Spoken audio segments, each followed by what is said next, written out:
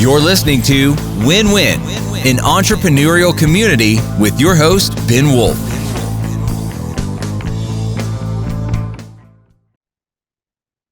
And welcome to the Win-Win podcast. This is your host, as always, Ben Wolf.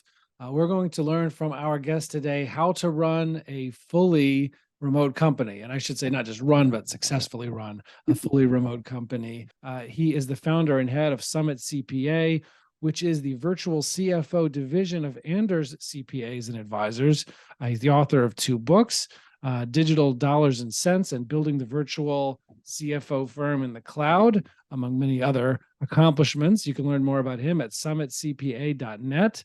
And with that, I give you Jody Grunden. Welcome, Jody, and let me know if I pronounced your name correctly. Yeah, you sure did. Perfect. Thanks, Ben, for having me. My pleasure. My absolute pleasure. So I want to ask you, I guess the first question is if you can, just give us a quick 2-minute background that'll help people understand kind of some context about how you got to be where you are, and also specifically context for understanding what we're going to be talking about today, which is that successfully building and running a fully remote company. Yeah, no, it sounds great. I don't know if 2 minutes is enough time here, but I'll squeeze it in for you. Started Summit CPA Group back in 2002. Bootstrapped it completely, had no money, no bank accounts. Really just took off on a whim and said, "Hey, I'm going to do this." I didn't fit in the public accounting arena. It just wasn't my type, and then I didn't fit in the private world either. And so it was one of those things I had to figure out what to do. And the entrepreneurial spirit came out and said, "Hey, let's do this, but let's do it differently, and let's change the way that people think about accounting in general." And so that was the goal when I started out. And with that, changed the way that we did billing. We didn't bill by the hour anymore. We didn't dress up in suits and ties. We didn't, we didn't have a 40-hour work week, 3/4 of the year, and then kill each other from January through May with tax season, working 80 hours. We didn't do any of that stuff, and I wasn't going to do that stuff. And so we had to kind of figure out, how to do it a little differently. And so that's when we, started really working on this virtual CFO concept. And about 2 years within the practice, we converted everybody to like a flat fee model, and really a value-based model type of thing. And then we actually started meeting with clients on a regular basis, monthly or weekly, and really kind of helping them out. And it was the cool thing about it was initially it was actually they were coming to our office, because at that point we did have an office, and so they were coming to our office, and it's like, well, this is great, but this can be really hard to scale. So we had to kind of figure out a way to make it scale better. And so we started experimenting with, hey, don't come to the office, let's meet at home. And, we'd use the phone and all that kind of stuff. We kind of tried to figure out how to make this work. And so it's kind of like building the airplane as you're, flying through the air type of a thing. And, real quickly we realized, hey, we don't have a ton of money. So we got to figure something else out on how to do this invoicing thing, because it just wasn't working out. And so we created a subscription-based billing model in which we started zapping their accounts every month. It was the first day of every month, we'd zap their account for the work that we were going to do, and thought, this is great. Clients loved it. It was perfect.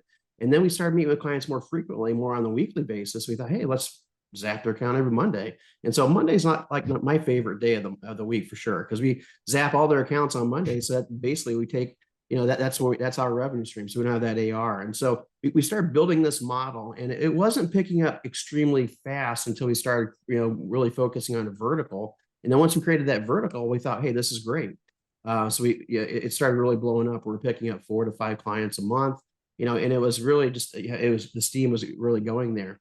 But it wasn't until we decided to make that virtual leap that we really saw the difference. And we did it. And I wish I could say that it was all my idea, but it wasn't. One of the first clients that we had as a virtual CFO in the creative agency space was a company called Lullaby. They're out of Rhode Island, and we're in Indiana at that time, 18 folks, brick and mortar.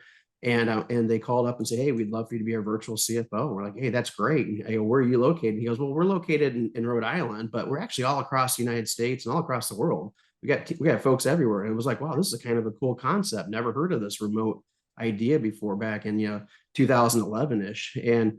But within 2 years, after picking them up as a client, within 2 years, kind of figuring out what they were doing right, what they were doing wrong, and how they actually did it, and the culture that they had, I thought, well, we could do this. And so I stood in front of everybody in our stand-up meetings. We always had stand-up meetings, just to make sure things flowed pretty quick. We always start off with a joke of the day. And with that joke of the day, it was like, hey, we're going to go remote. And it was like, everybody's like, okay, where's the punchline? Good joke, right? Yeah, is it going to change? And so, it wasn't. And so we thought, hey, let's go remote. But the whole thing is everybody said, it can't happen. We can't do this. We've got to meet with each other. We got to do all this. And we don't have internet and, all the different things that you hear about why you can't go remote or why you can't work remote. My team was like throwing it back at me like daggers. And so it was like, wow, I had a decision to make. Do I lose my entire team and go remote, or do I, just make do with what I have? And I thought, well, I caved in. I made do with what we had. I started $100,000 remodel project on my building so that it would be more conducive for a bigger staff and really kind of have a kind of a cool place for the team to be. And I kicked everybody out for about 6 weeks, and that 6 weeks probably turned into about 8 weeks with construction. And by the time that 6 to 8 weeks came around, nobody wanted to come back in the office. It was like they all loved the idea. Right. It was like, wow, this is. So you guys in dramatic. 2011 had kind of a mini COVID, right, where everybody was forced to work remotely for a little bit. Yeah. That's exactly what happened. Because fast forward to COVID, that's exactly what happened here, and they loved it. And with the exception maybe 2 or 3 people, everybody from the office said, hey, let's do it. And so I thought, wow, this is a great opportunity. Do I want, I've got this kind of hybrid workforce now. We've got a building, which they could come back to. We could have meetings if we wanted to, but then everybody was actually truly in the same city. So they could come to the office because they used to come to the office.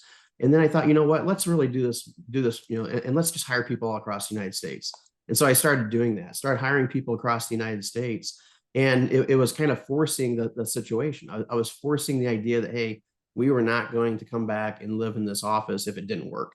We're throwing away the lifeboat here. We're not doing it. And it just kind of ramped up to where we grew the firm to from 18 people back in 2011, 2012, 13 area to 50 some people in 2022. And just really kind of blew up where we were doubling our size every 3 years in growth, providing the CFO services. We could grow profitably. We could hire the right people because they're all over the place. And we could really develop that solid culture that was important in a CFO firm, or really any kind of remote firm, or any kind of firm really in general.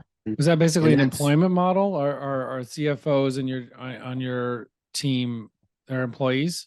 100% full-time employees. With the exception of some folks in India, we have some Philippine and in Mexico.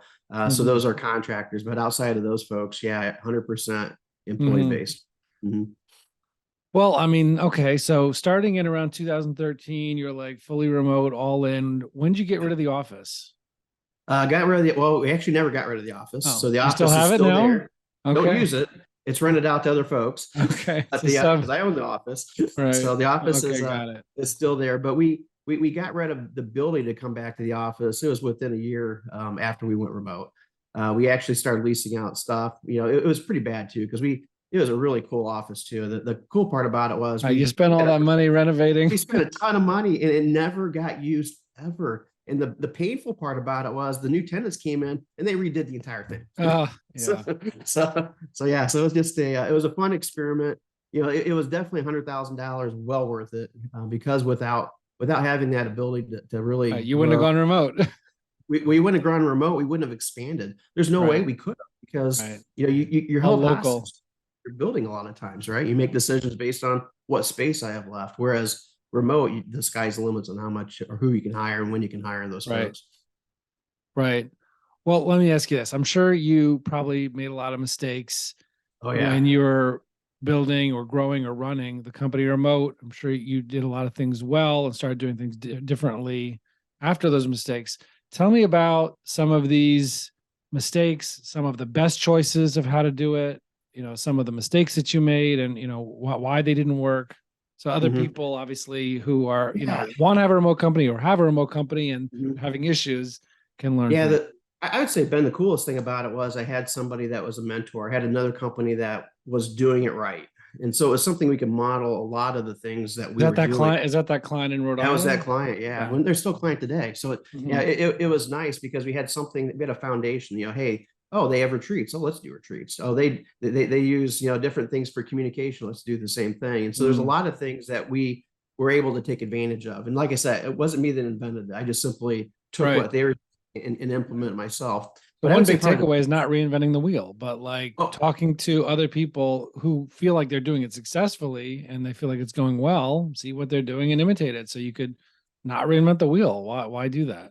I 100% agree. And, the biggest thing that we found is communication. So communication is important in a brick and mortar company, but super, super, super important. And it's got to be intentional in a remote company. And so what do I mean by that? Because we were hybrid for a little while where we had some folks in the office there for about a year. And then we had the folks outside of the office. And it was like, well, I couldn't have people in the office come to me because I had to be in the office.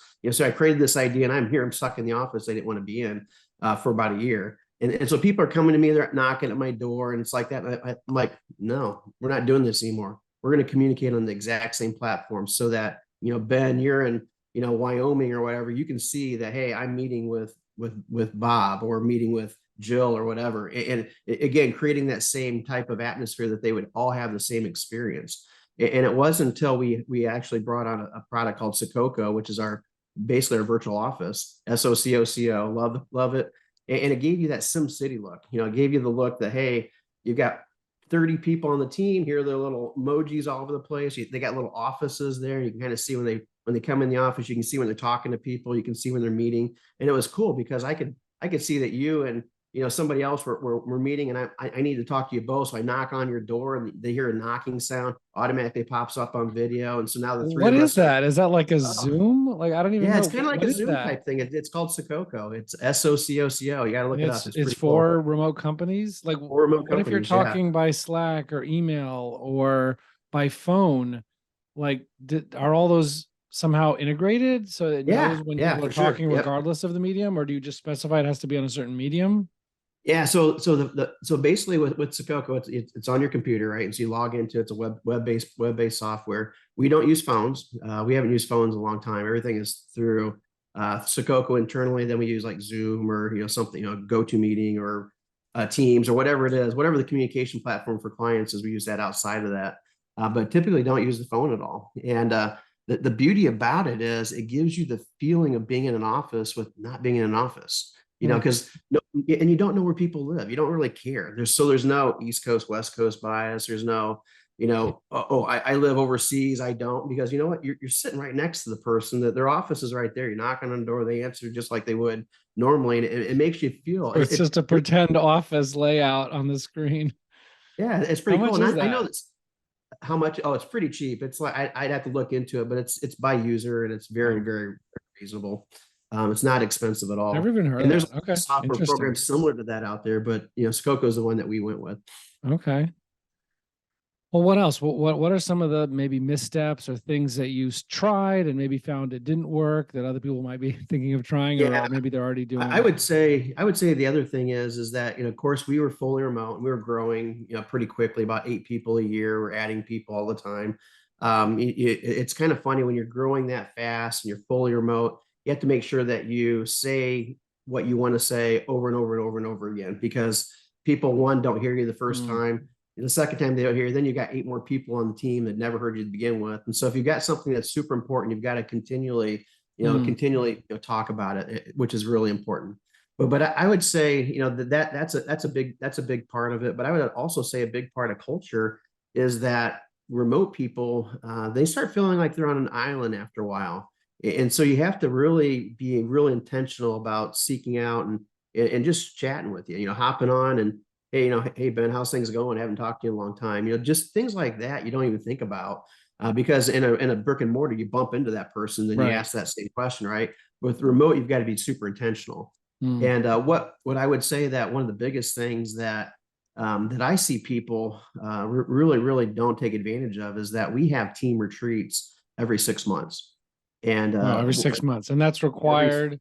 It travels paid for. Yep, everything's paid for. Travel's paid for, and it's really truly an experience for them. And what I mean by that is we spend about $3,000 a person, so it could get really expensive. But keep in mind we don't have a facility cost either, so it's kind of a trade off. Replacing the facility. Yeah, you're losing the facility, but you've got that expense. How long is it? How many nights? It usually starts on a Wednesday. Well, actually, it always starts on a Wednesday. So everybody arrives on a Wednesday. They have a cocktail hour, and then we break up into small groups of 8. And we do that, and we intentionally mix the groups of 8 up to go out for dinner. And so that they're meeting with people they've never spoke with before, or maybe haven't talked with, very frequently. They don't work with day to day, maybe. Yeah, because what happens is when you have a remote team, they're only as big as the number of people they work with. So I could be a 100-person company, but if I only work with 5 people, I might as well be a 5-person company. And so what happens is when you do that, you now force them to meet with 8 people. So now when they go home, they've had 18 or 13 people, and then the next time they have a little bit more and more and more. And you find that the number one reason why people stay employed or working with the company is because they have a friend there. And with that, that's how you develop that friendship, because you go out, you're hanging out with them. Very rarely are you talking about work. It's, you're talking about everything else. You're getting to know that person. And then we have, after every night, we have a safe place where people can come back to, and we usually like rent out a suite somewhere or a penthouse somewhere, and have a bartender, and just have somewhere they can come back. Everybody can come back and join and just hang out, play cards, do whatever. And it's pretty cool because they usually will stay out really late at night because, again, they've been starving to meet their teammates and have fun with them and that sort of thing. And so it's the opposite. And then when we start the next morning, which would be Thursday morning, we don't start until 11 o'clock. We have breakfast at 10. We start at 11. It gives them a chance to, if they want to catch up on stuff with their clients, they can do that. If they just partied too hard Wednesday night, they're not feeling like they're coming in with a hangover at 8 o'clock in the morning, that type of thing. So we want to make it a very nice, pleasurable thing. And then we workshop throughout the day until about 5 o'clock. And those are mostly soft skilled stuff, how to deal with conflict, how to work with people, how, maybe it's a disc profile, maybe you're talking about all the different tools out there that can really kind of help people, in an environment period. And then we have a happy hour again, and then we have a dinner. Again, the same type of thing. Very next day, we repeat it again, which is Friday. And then and Friday after dinner, we don't have happy hour. We actually have a pretty nice all-inclusive dinner where everybody's going to be at the same dinner. And we might have 100 people there or 50 people. Depends on how many people you got, right? And we usually have something like we went to Nashville. We had a singer-songwriter entertain us while we're eating dinner. And at that time, we allowed spouses to come. And so spouses could join on that Friday if they wanted to, and be part of the team. And it's pretty cool because you see all these people introducing their spouses to their teammates that they've never seen before. And, they're going through it. It makes it really a fun thing. And then we allow the spouses, and the employees, if they want to extend their stay wherever we're at, they can extend it for a couple of days not on our dime, but on our reduced rates that the hotel might give. And so it kind of makes it a mini vacation, even potential for their spouse. And so it's a really something that the team always looks forward to. I would say very. Is there rarely, like a pushback, because just to be days away from home, maybe they have kids back home. You would think traveling. So. Not at all. Yeah, we don't. We typically, I would say, we have probably 95% of the folks that are on the team will be at the retreat. And if they're not, they're pregnant. Something's happening where they can't. Maybe it's a graduation or whatever. Some serious reason why they can't. Serious reason, yeah. And we very, very, very rarely get any pushback, which is cool because that kind of gives you some idea with the culture of the actual company, right? People want to hang out with each other, and it's not like the typical company retreat where you go there and you can't wait for the 5 o'clock to hit, and then you make an excuse why you go home early. It's not that. People just enjoy it, and it's more for the culture building and the social 100%. Building and the social fabric more than the content delivery. Exactly. We have 1 or 2 technical things, and that's because some people like the technical thing. Everybody thinks differently, but 90% of it is 100% culture and really developing it, and that's been great. And since we merged with a firm in April called Anders, they have an office located in St. Louis. One of our retreats is actually going to be there, which is even cooler because now they get a chance to meet the 400 other folks that they'll never meet in any circumstance, because it's not even remote. That they're doing something completely remotely different than the virtual CFO stuff. Maybe it's audit or tax or something, that investment or whatever the other things are, and just even broadens it even more and makes people sticky. They love being around people, and they love being around, love doing that. And the key though is making it fun and making it an experience versus something that they're going to be at a Right. tax seminar for all day long learning tax code or something stupid like Right. that. You know. Right. I know another remote company, Titus Talent Strategies, that does that. It might be only once a year for them, but it's, Okay. also do just like a crazy bang out, retreat they bring everybody to every year from all over. Mhm. What happens, I guess, like what's the difference in running this business if you would do this retreat versus you would not do this retreat? Like, do you have separate staff running it, like that are like fully dedicated, almost full time to planning every 6 months these retreats? I mean, the travel, the logistics, I can't even imagine Yeah, the it's amount of so hours involved in this.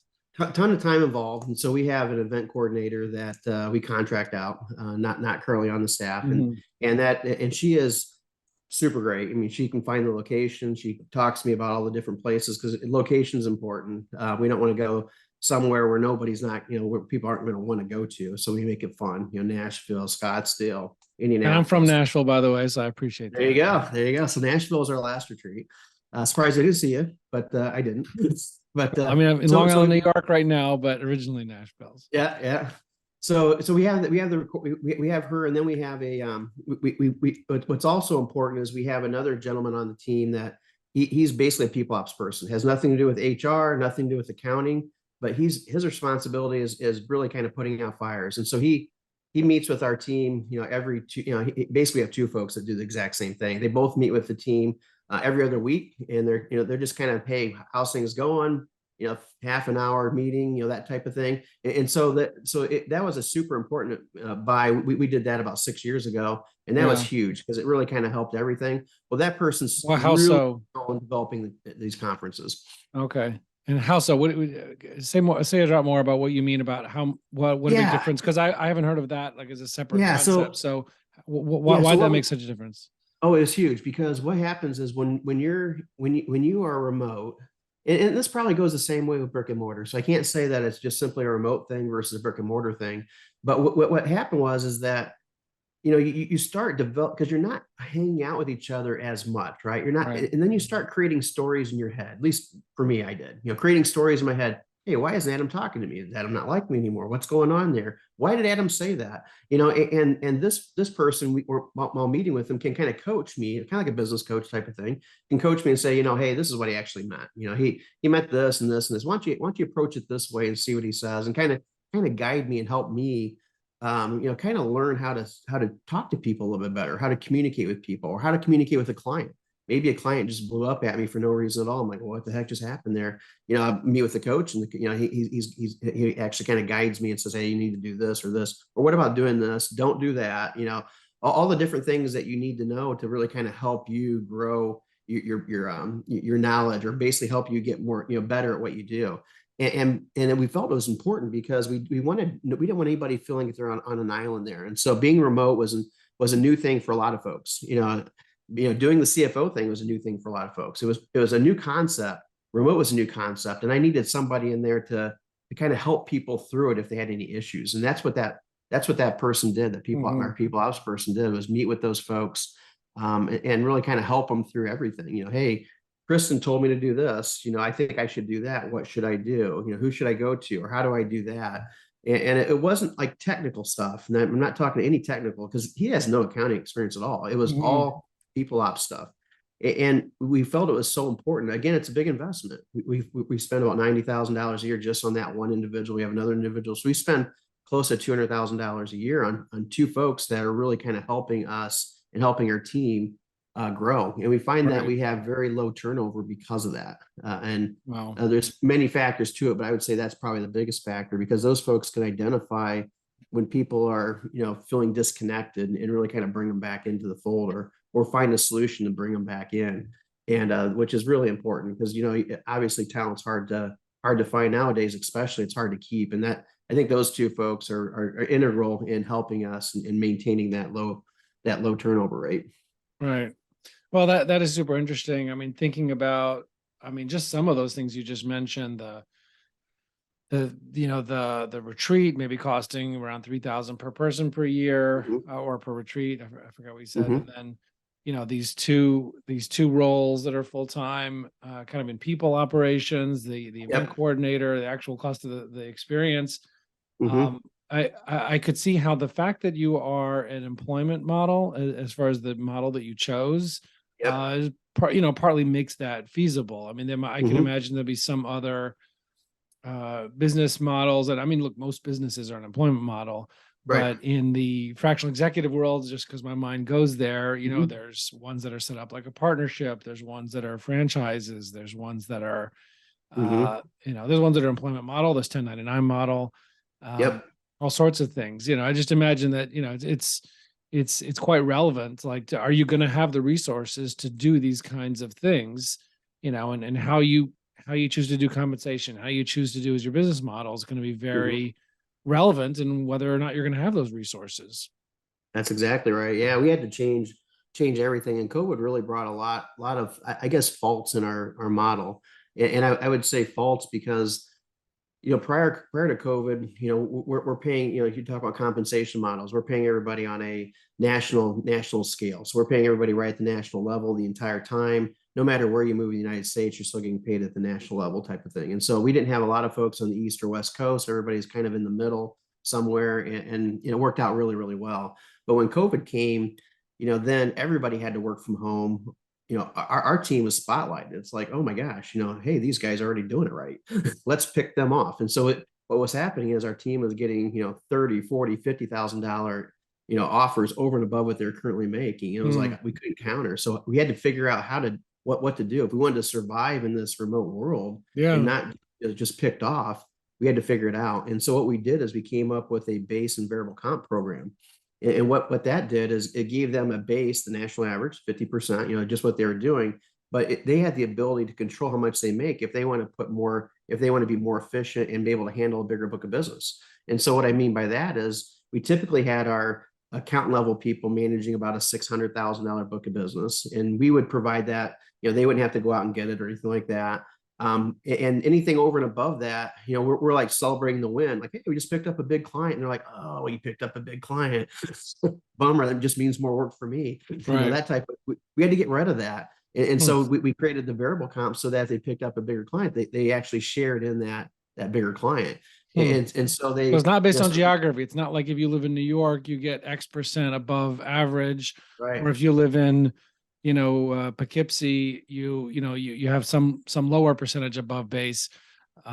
It's based on the work that you're managing.